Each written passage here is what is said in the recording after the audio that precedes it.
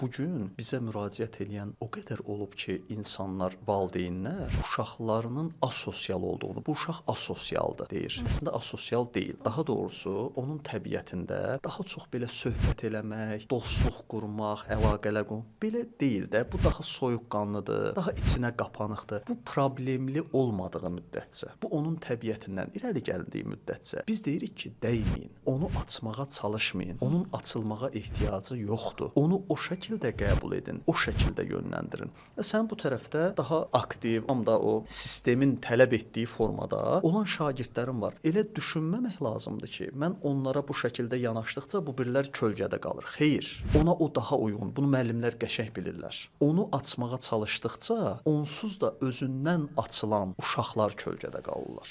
Təbiətinə uyğun yanaşmaq fərdi yanaşmaq deməkdir. Bəlkə biri ilə daha çox söhbət eləyərsən, bəlkə biri ilə heç söhbət eləməsən, bəlkə birinə fiziki təmas eləyərsən, bəlkə birinə qətiyyən fiziki toxunmasan onun xoşu gəlmir. Və yaxud da onun dili o deyil, onun sevgi dili o deyil. Və bunlara baxaraq yanaşmaq təbii ki, daha düzgündür.